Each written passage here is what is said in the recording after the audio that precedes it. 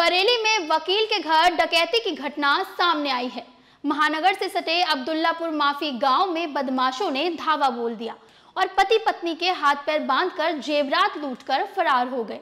इसी गांव में एक टेलर के घर को भी बदमाशों ने अपना निशाना बनाया। नमस्कार, मेरा नाम है मेघा और आप देख रहे हैं द लीडर हिंदी। अब आपको इस घटना के बारे में डिटेल से बताते हैं।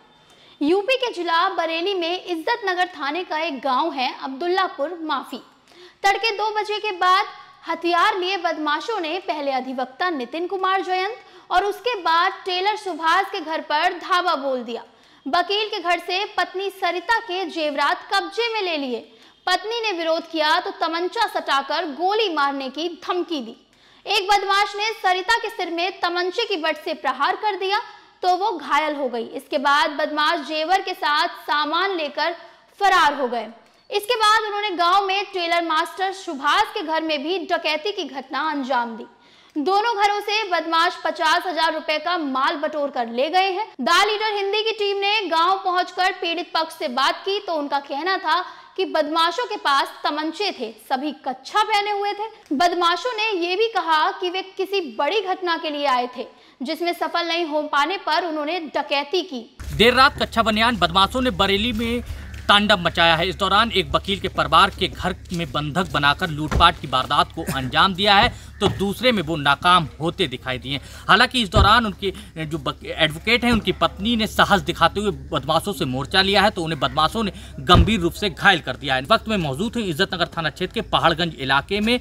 ये नितिन जी का वो एडवोकेट हैं जो उनका ये मकान है। इसी मकान में देर रात बदमाशों ने, जो कच्छाधारी बदमाश है वो इस मकान में रात घुसकर तांडव मचाया है। घर में रखी हजारों रुपए की नकदी और ज्वेलरी पर से हाथ साफ कर लिया।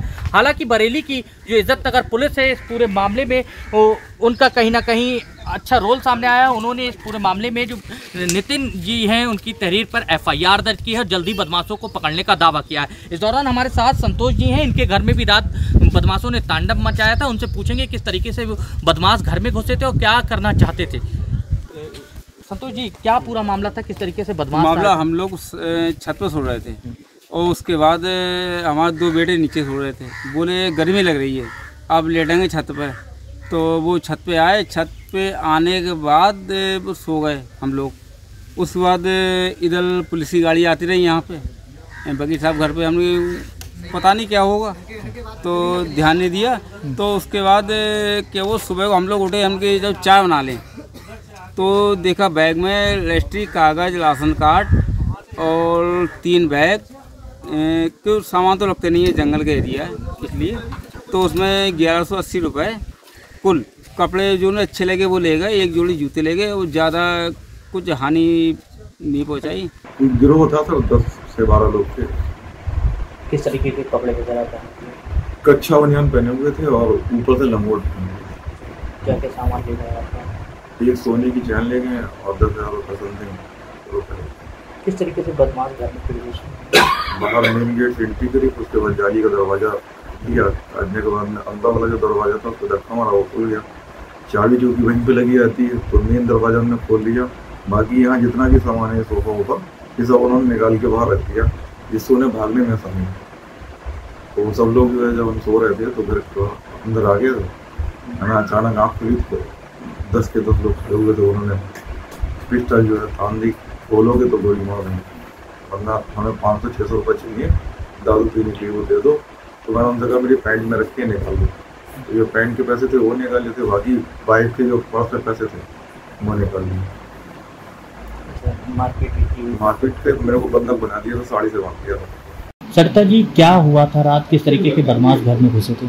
तकरीबन 2:15 बजे करीब 10-12 लोग यहाँ पे घर में अंदर आके खड़े हो गए और हम लोग को उठाया और हम लोग ने चीखने चिल्लाने की कोशिश करी तो हम लोग को तमंचा वगैरह दिखा के रोक दिया।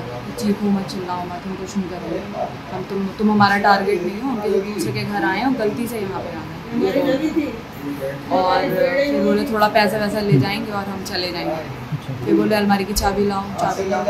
अच्छा, बदमाशों की हुलिया किस तरीके की थी? सबके सब लंबे चौड़े कद काटे गए थे। एक था जिसकी हाइट थोड़ी कम, समथिंग 5'4" या 5'3".